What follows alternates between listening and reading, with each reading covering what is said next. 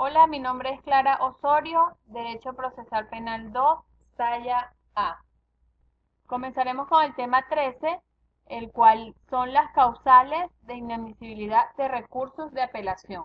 Solo encontramos en el artículo 434 del Código Orgánico Procesal Penal, el cual hace mención a tres numerales. El primero dice que la primera causal es cuando la parte que lo interponga carezca de legitimación para hacerlo.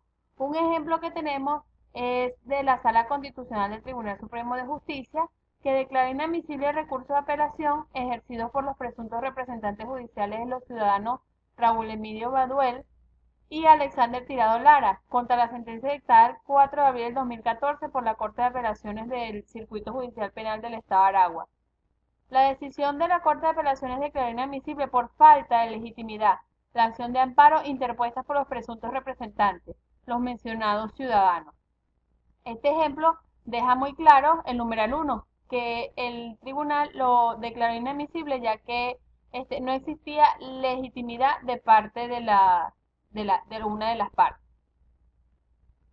El numeral 2 se trata de cuando el recurso se interponga extemporáneamente. En este sentido, se evidencia de la presente causa que no se cumple con lo expresado en las normas anteriormente transcritas, ya que el recurso fue interpuesto el 11º día siguiente a la notificación de la publicación de la sentencia, tal y como se desprende en los folios 97 y 130. El juicio oral y restringido fue celebrado el 28 de abril de 2005. La decisión fue publicada el 5 de mayo. Eh, Motivo por el cual se hace menester declarar inadmisible el presente recurso por extemporáneo. Este ejemplo que les acabo de dar también lo podemos encontrar disponible en la página web del Tribunal Supremo de Justicia. Anexo les dejo el link. Este ejemplo es donde el Tribunal Supremo de Justicia declara inadmisible el recurso porque lo presentaron fuera de los lapsos correspondientes. El numeral tercero es cuando la decisión que se recurre sea inimpugnable o irrecurrible por expresa disposición del código o de la ley.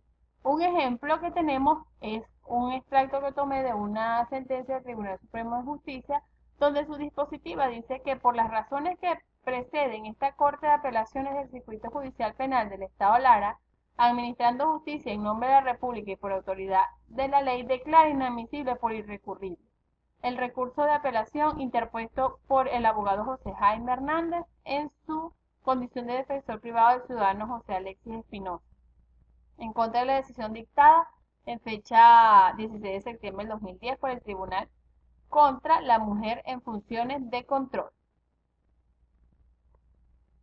El tema 14 es un modelo de recurso de apelaciones de auto por una medida cautelar privativa de libertad dictada en primera fase del proceso penal. Este recurso de apelación va dirigido al juez en función de control de la circunscripción judicial del Estado Lara. Y para resumirlo un poco, dice de la siguiente manera. Quien suscribe, mi nombre, mayor de edad, mi cédula, abogado en libre ejercicio. En ese primer extracto vamos a poner los atributos en este caso, del abogado que representa, el lugar, el tribunal, y los datos de, en este caso, del representado. El siguiente vamos a solicitar lo que se desea, que en este caso vamos a apelar un auto que dictó una privativa de libertad en la primera fase del proceso. Seguimos desglosando lo que queremos, ¿verdad? Y al final, reiteramos la solicitud que se le está haciendo al juez y por todo lo anterior expuesto solicito de conformidad con el artículo, hacemos mención al artículo donde está expuesto lo que se solicita, que es el 12.4 del Código Orgánico Procesal Penal, que es la sustitución de la medida de privación judicial preventiva de libertad por una menos gravosa, que está en el artículo 256. En esta apelación lo que le estamos pidiendo es al juez que desista de ese auto y que se le otorgue a nuestro cliente una medida menos gravosa y sí puede estar juzgado en libertad. El tema 15 habla sobre el recurso de casación penal. El recurso de casación es aquel de carácter extraordinario, que generalmente se limita a resolver cuestiones de derecho y no el fondo de la materia en controversia. Decimos que es extraordinario porque el mismo debe reunir ciertos requisitos exigidos por la ley para ser declarado procedente, además de tener un carácter subsanador de posibles errores judiciales, valiéndose para ello incluso del reenvío de las actuaciones. Lo primero que se debe considerar al interponer un recurso de casación penal, tal y como lo establece la norma, es que la Corte de Apelaciones haya dictado una sentencia previa en la cual es imprescindible que no haya ordenado la realización de un nuevo juicio oral, es decir, que no ocurra la reposición de la causa. Esto lo dice el artículo 452. ¿Cómo se comienza? Con la interposición del recurso. El recurso de casación se interpondrá en la misma Corte de Apelaciones que dictó sentencia en el caso y será ella la encargada de su envío al Tribunal Supremo de Justicia para ello. El lapso es de 15 días. Después de publicada la sentencia, estos serán días de despacho. Ahora bien, si el imputado está privado de su libertad, el lapso comenzará a correr cuando éste reciba en el internado judicial donde se encuentre la notificación personal de que la sentencia ya fue publicada. ¿Qué se va a señalar en el recurso?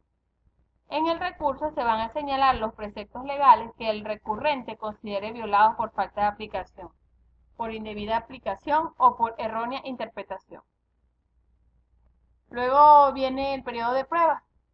Se refiere el código únicamente a los casos en los cuales se alega que existen diferencias entre lo establecido en la sentencia de la Corte de Apelaciones y lo ocurrido en el debate oral y público, a tenor de lo establecido en el 455.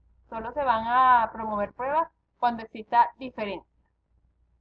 La contestación de recurso, que en este caso sea la contraparte quien haya interpuesto el recurso de casación, nos señala la norma en el artículo 456 del COP.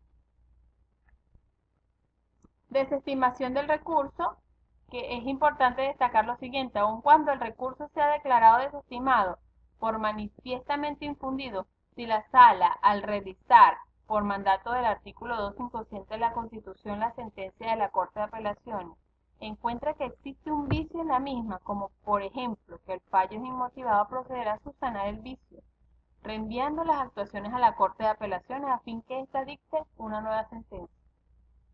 La desestimación la encontramos en el artículo 457 del COP. Luego procede la audiencia oral. En caso que el recurso sea admitido y se convocara una audiencia oral, hay que tener en cuenta que dicha audiencia únicamente plantearemos de forma oral los alegatos, denuncias, explanados en el recurso de casación o en su caso en el de contestación.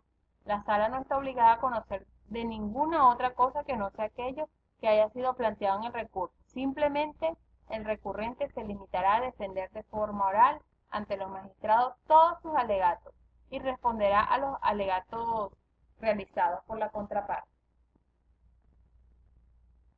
Contenido de la decisión. El contenido es lo relativo a la decisión, va dirigido a los magistrados para que estos sepan cómo obrar en los casos a que se refiere el 459 del Código Orgánico Procesal Penal. Este artículo contiene una particularidad antes de la penúltima reforma del Código.